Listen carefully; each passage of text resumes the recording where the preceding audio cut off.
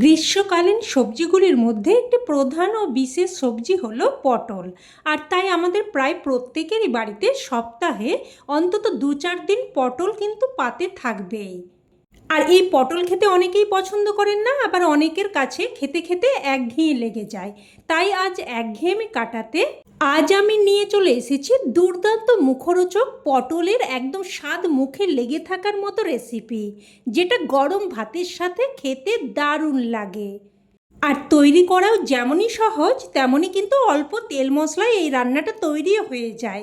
তাই আমি আপনাদের বাজি ধরে বলতে পারি, এত অল্প তেলে পটলের এত সুস্বাদু রেসিপি আপনারা এর আগে কখনোই দেখেননি। তো প্রথমে আমি এখানে 500 গ্রাম পটল নিয়েছি। এবার পটলের গা ঘষে এইভাবে ছুরিতে করে দেখুন পটলের গায়ে যে পাতলা আঁশের মতো অংশটা আছে ওটা তুলে নিচ্ছি। তারপর দুই দিকটা একটু করে কেটে নিয়ে এই রকম একটা কাটারের সাহায্যে দেখুন এইভাবে অল্প অল্প করে পটলের খোসা তুলে নিচ্ছি। একেবারে পুরো খোসা ছাড়াবো না, দেখুন ঠিক এই রকমভাবে পটলের খোসা ছাড়িয়ে নিয়েছি। আর আপনারা চাইলে বটি বা ছুরিতে করে ঠিক এই রকমভাবে পটলের খোসা ছাড়িয়ে নিতে পারেন। তো এবার এগুলোকে কিন্তু খুব সুন্দরভাবে আমি পরিষ্কার করে ধুয়ে নিয়েছি। এবার একটা ছুরিতে করে পটলের গায়ে আমি এইভাবে একটু করে কেটে দেব। ঠিক যেই অংশগুলোতে খোসা তুলেছি সেই অংশগুলোতে এইভাবে একটু করে কেটে দেব, এতে করে পটলের মধ্যে তেল মশলা খুব সুন্দরভাবে ঢুকবে। এবার পটলের মধ্যে সামান্য একটু লবণ আর সামান্য একটু হলুদ গুঁড়ো দিয়ে ভালোভাবে মিশিয়ে নেব। খুব সামান্যই হলুদ গুঁড়ো দেব, একদমই বেশি দেবেন না। আর এই রান্নাতে কিন্তু আর কোনো রকম হলুদ গুঁড়ো পড়বে না। তো লবণ আর হলুদটা দিয়ে খুব ভালোভাবে মেখে নিয়ে প্রায় 5 মিনিট মতো রেখে দেব। তো 5 মিনিট পর রান্নাটা শুরু করছি। তো গ্যাস অন করে কড়াই বসিয়ে একদমই সামান্য একটু সর্ষের তেল দিয়ে দিয়েছি। পটল ভাজতে যতটুকু তেলের প্রয়োজন ঠিক ততটুকুই তেল আমি দিয়ে দিয়েছি। তো তেলটাকে ভালোভাবে গরম করে নিয়ে সমস্ত পটলগুলো একে একে দিয়ে দিলাম।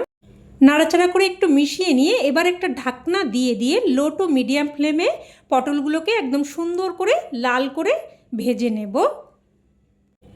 তো কিছুক্ষণ ছাড়া ছাড়া এইভাবে একবার করে ঢাকনা তুলে নাড়াচাড়া করে দেব। তো দেখুন পটলগুলোকে কিন্তু আমি ঢাকনা দিয়ে দিয়ে খুব সুন্দরভাবে এরকম লাল করে ভেজে নিয়েছি। আর একদম সুন্দরভাবে কিন্তু পটলগুলোকে ভেজে নিতে হবে। তো এবার পটলগুলো তেল থেকে উঠিয়ে নিলাম। এবার ওই তেলের মধ্যে দিয়ে দিলাম 2টো শুকনো লঙ্কা।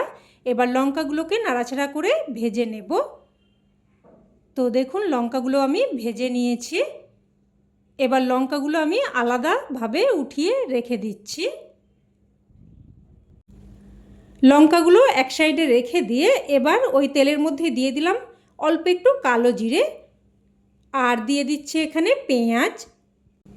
এখানে একটা মিডিয়াম সাইজের পেঁয়াজকে এইভাবে ছোট ছোট করে কুচিয়ে দিয়েছি।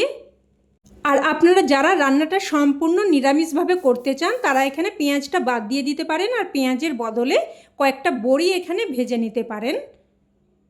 তো এবার নাড়াচাড়া করে পেঁয়াজটাকে একদমই হালকা করে ভেজে নেব। খুব বেশি লাল করে কিন্তু ভাজার প্রয়োজন নেই, শুধুমাত্র পেঁয়াজের কাঁচা গন্ধটা চলে যায় সেই রকম করেই কিন্তু ভেজে নিতে হবে। দেখুন একদম হালকা করে পেঁয়াজটাকে আমি ভেজে নিয়েছি। এবার এখানে দিয়ে দিচ্ছি আমি সাদা তিল। আর কিন্তু কোনো রকম তেল দেওয়ার প্রয়োজন নেই। আর এখানে তিলের সাথে দিয়ে দিলাম 3টে কাঁচা লঙ্কা। ঝালটা কিন্তু অবশ্যই আপনারা আপনাদের স্বাদ অনুযায়ী দিয়ে দেবেন। আর আমি এখানে কিন্তু প্রায় 50 গ্রাম মতো সাদা তিল নিয়েছি। এবার মিডিয়াম ফ্লেমে অনবরত নাড়াচাড়া করে তিল আর লঙ্কাটাকে ভেজে নেব। আর একটুক্ষণ নাড়াচাড়া করলেই দেখবেন তিলগুলো একটু করে চিটপিট করে ফুটতে শুরু করবে আর একটা সুন্দর ফ্লেভার বেরোতে শুরু করবে। আর ততক্ষণ অবধিই কিন্তু তিলটাকে ভেজে নিতে হবে। আর এই রকম একটু হালকা লাল করে ভেজে নিতে হবে, খুব বেশি ভাজতে যাবেন না, তাতে করে কিন্তু তিল তেঁতো হয়ে যেতে পারে।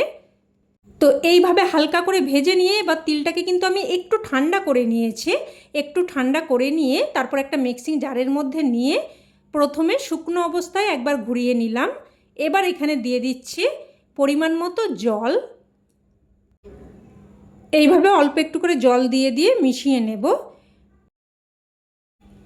তো এবার আবারও একবার ঘুরিয়ে একদম মিহি পেস্ট বানিয়ে নেব। তো দেখুন একদম মিহি পেস্ট বানিয়ে নিয়েছে।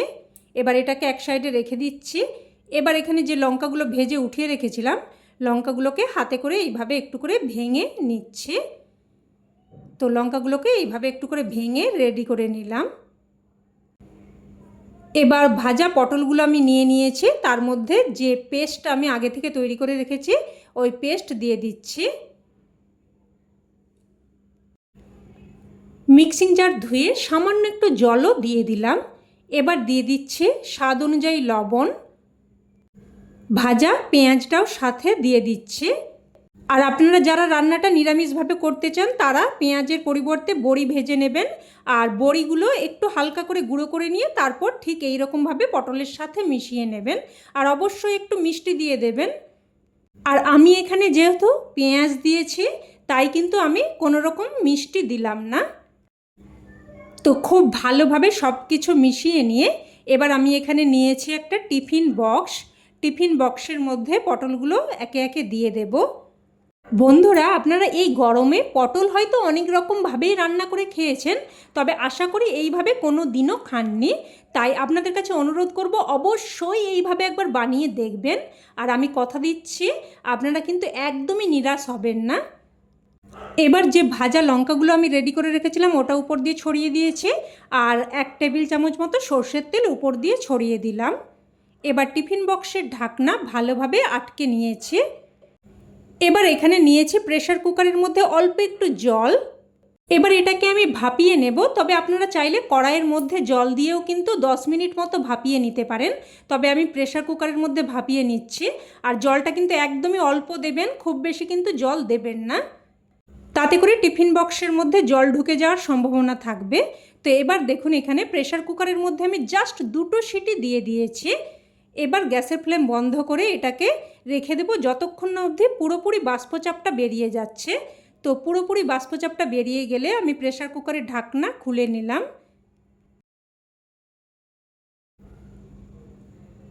তো ঢাকনাটা খুলে নিয়ে এবার এইভাবে একটু চামচে করে মিশিয়ে নিচ্ছে।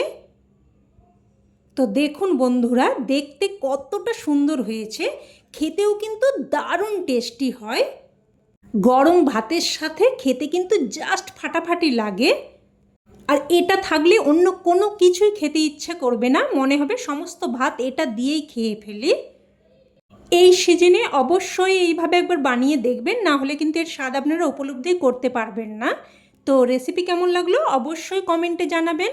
ভালো লেগে থাকলে প্লিজ একটা লাইক দিয়ে দেবেন, আর চাইলে অন্যান্যদের সাথে শেয়ারও করতে পারেন, যাতে করে এই দারুণ মুখরোচক সুস্বাদু রেসিপিটা সকলের কাছে পৌঁছে যায়। আর চ্যানেলের নতুন বন্ধু হয়ে থাকলে চ্যানেলটিকে অবশ্যই করে সাবস্ক্রাইব করে নেবেন, পাশে থাকা বেল বাটনটি অন করে রাখবেন, যাতে করে আমার সমস্ত রেসিপির আপডেট আপনার কাছে সবার আগে পৌঁছে যায়। তো আজ এই অবধি, আবারও অন্য কোনো রেসিপিতে দেখা হবে। ততক্ষণে সকলে ভালো থাকবেন, সুস্থ থাকবেন, আর সকলকে অনেক ধন্যবাদ।